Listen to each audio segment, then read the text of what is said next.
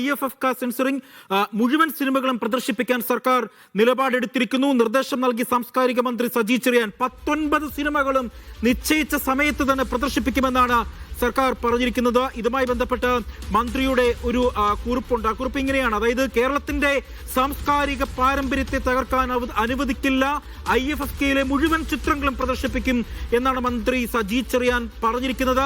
19 സിനിമകൾക്കാണ് കേന്ദ്ര സർക്കാർ പ്രദർശനാനുമതി നിഷേധിച്ചത്. ആ 19 സിനിമകളും സംസ്ഥാന സർക്കാർ പ്രദർശിപ്പിക്കുമെന്നുള്ള ഏറ്റവും സുപ്രധാനമായ വാർത്ത തിരുവനന്തപുരത്ത് നിന്നും സനിസ റിപ്പോർട്ട് ചെയ്യും. സനിസ, എന്താണ് കൂടുതൽ വിവരങ്ങൾ?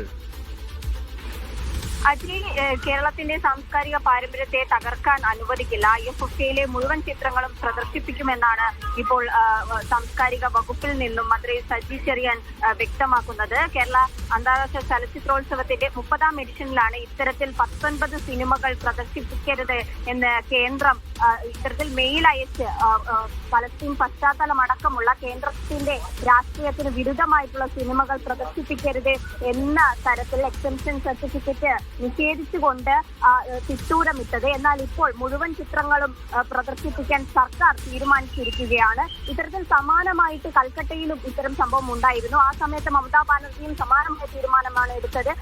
ഇപ്പോൾ കേരള സർക്കാരും സമാനമായ നിലപാടിൽ എത്തുകയാണ്. ഇത്തരത്തിൽ കേന്ദ്രത്തിന്റെ ഒരു തിട്ടൂരവും ഈ വിഷയത്തിൽ നടക്കില്ല. IFFKയെ അട്ടിമറിക്കാനുള്ള കേന്ദ്ര ശ്രമം ചെറുത്തു തോൽപ്പിക്കാൻ തന്നെയാണ് കേരളം തീരുമാനിച്ചിരിക്കുന്നത് എന്നതാണ് ഇതിൽ എടുത്തു പറയേണ്ടത്. മുൻ നിശ്ചയിച്ച പ്രകാരം മുഴുവൻ ചിത്രങ്ങളും മുടക്കമില്ലാതെ പ്രദർശിപ്പിക്കണമെന്നാവശ്യപ്പെട്ട് സാംസ്കാരിക വകുപ്പ് മന്ത്രി സജി ചെറിയാൻ സംസ്ഥാന ചലച്ചിത്ര അക്കാദമിക്ക് നിർദ്ദേശം നൽകിയിട്ടുണ്ട്. കേരളത്തിന്റെ പുരോഗമനപരമായ കലാ സാംസ്കാരിക പാരമ്പര്യത്തിന് നേരെയുള്ള ജനാധിപത്യ വിരുദ്ധ സമീപനമാണ് കേന്ദ്ര സർക്കാർ നടത്തുന്നത്.